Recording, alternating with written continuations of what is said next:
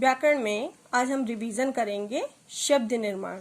शब्द निर्माण की प्रक्रिया को रिवीजन करेंगे, जिसमें आज हम उपसर्ग और प्रत्यय का रिवीजन करेंगे इस वीडियो में। शब्द निर्माण, शब्द क्या होते हैं?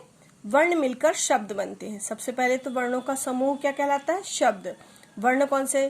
क, ख, ग, घ, है ना, ये वाले जो शब्द होते हैं, अक्षर होते हैं, उससे मिलकर शब्द का निर्माण होता है। तो वर्णों का समूह, उनको क्या कहते हैं? वर्ण कहते हैं। क, ख, ग, घ, इंग, ये सब क्या कहलाते हैं? वर्ण कहलाते हैं। क, म, ल, कमल, वर्णों को मिला दिया तो एक शब्द बन गया कमल, कमल। तो वर्णों का समूह जो सही अर्थ प्रकट करे उसे शब्द कहते हैं। शब्द निर्माण की प्रक्रिया कितने रूप में पूर्ण होती है? 3 रूप में। ध्यान देंगे, शब्द निर्माण की प्रक्रिया 3 रूप में पूर्ण होती है। ये देखो, यहाँ पर हमने बनाया भी हुआ है शब्द निर्माण, उपसर्ग, प्रत्यय, समास। इन 3 रूप में शब्द बनाए जाते हैं। उपसर्ग लगाकर भी शब्द बनते हैं, प्रत्यय लगाकर शब्द बनाए जाते हैं और समासिक शब्द भी बनाए जाते हैं। तो शब्द निर्माण की प्रक्रिया 3 रूप में पूर्ण होती है। कौन कौन से? उपसर्ग, प्रत्यय, समास। अब सबसे पहले हम पढ़ेंगे पहला वाला उपसर्ग। उपसर्ग क्या होता है? ऐसे शब्दांश जो किसी शब्द से पहले लगकर, पहले मतलब क्या होता है? आरंभ, आरंभ या पहले, दोनों ही एक सा हो सकता है। ऐसे शब्दांश, शब्दांश मतलब छोटे शब्द, अंश, शब्द के अंश, छोटे से शब्द जो रहते हैं, ऐसे शब्दांश जो किसी शब्द से पहले लगकर उस शब्द के अर्थ में परिवर्तन ला देते हैं, उपसर्ग कहलाते हैं। उपसर्ग लगाकर 2-2 शब्दों का निर्माण कीजिए। जैसे यहाँ देखिए, सु, सु यहाँ पर क्या है? उपसर्ग है जिसका अर्थ होता है अच्छा। तो सु लगकर देखो सुपुत्र, और इसमें यदि कु उपसर्ग लग जाएगा तो देखो उसका अर्थ बदल जाएगा। उसमें क्या डेफिनेशन लगकर उस शब्द के अर्थ में परिवर्तन कर देते हैं। सु लगा तो अच्छा हो गया, लेकिन कु लग जाएगा तो बुरा हो जाएगा। कुपुत्र, कुपुत्र मतलब बुरा पुत्र, सुपुत्र यानी अच्छा पुत्र। सुगंध, सुविचार, है ना। सत लगाकर 2 शब्द, सदगति, सदाचार, सत्पुरुष।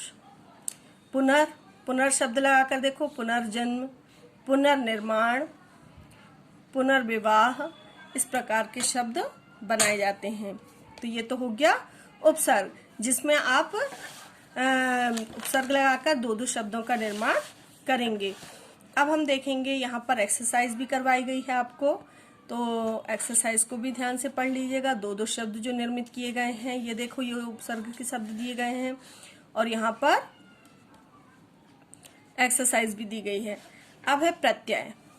प्रत्यय देखेंगे ध्यान से। प्रत्यय क्या होते हैं? ऐसे शब्दांश जो किसी शब्द के अंत में लगकर उस शब्द के अर्थ में परिवर्तन ला देते हैं, प्रत्यय कहलाते हैं। प्रत्यय के भेद हैं 2। कौन कौन से? कृत प्रत्यय, तद्धित प्रत्यय। ऐसे शब्दांश मतलब शब्द का अंश, छोटे शब्द जो किसी शब्द के अंत में लगकर उस शब्द के, वो उपसर्ग किस में लगते हैं? आरंभ में, शुरुआत में लगते हैं और ये अंत में लगते हैं। दोनों में केवल इतना ही अंतर है, दोनों ही शब्द के अर्थ को बदल देते हैं, प्रत्यय कहलाते हैं। प्रत्यय के लेकिन 2 भेद हैं, कृत प्रत्यय, तद्धित प्रत्यय। कृत प्रत्यय क्या होते हैं? ऐसे प्रत्यय जो क्रिया के मूल रूप के साथ लगकर नए शब्द का निर्माण करते हैं, उसे कृत प्रत्यय कहते हैं। इन्हें कृदंत भी कहा जाता है। कई बार ऐसा आता है कि कृदंत लगाकर शब्द बनाइए, तो अब कृदंत क्या होता है पता ही नहीं कि कृदंत क्या होता है। तो जो प्रत्यय अंत में लगाए जाते हैं लेकिन कौन से, किसमें? क्रिया शब्दों में, उसे कृदंत कहा जाता है। कृत प्रत्यय, यहाँ पे कुछ कृत प्रत्यय दिए गए हैं। और धातु, धातु मतलब क्रिया के मुख्य रूप को धातु कहा जाता है और उनसे निर्मित शब्द दिए गए हैं। जैसे हार, रख, रख में हार यानी रख होता है, पालनहार, राखनहार, आओ। तो ये चल और बिक में लगा दिया हमने तो क्या होगा? चल में लगाया आओ को तो चलाऊ, और बिक में लगाया आओ को तो बिकाऊ, क्योंकि ये धातु शब्द हैं। आई, पढ़ में और लिख में आई लगा दिया तो पढ़ाई लिखाई। इस प्रकार से कृत प्रत्यय। अब आता है तद्धित प्रत्यय। दूसरा प्रकार कौन सा है इसका? तद्धित प्रत्यय। हमने तद्धित प्रत्यय को भी समझाया, तो तद्धित प्रत्यय देखेंगे इसमें ऐसे प्रत्यय जो संज्ञा, सर्वनाम, विशेषण आदि के साथ मिलकर नए शब्द बनाते हैं। तद्धित प्रत्यय क्या होते हैं? संज्ञा, सर्वनाम और विशेषण के साथ लगते हैं। और कृदंत क्या है? क्रिया के साथ लगते हैं। बस इतना सा ध्यान देना है। कृदंत मतलब उसी में आंसर लगा हुआ है, कृदंत।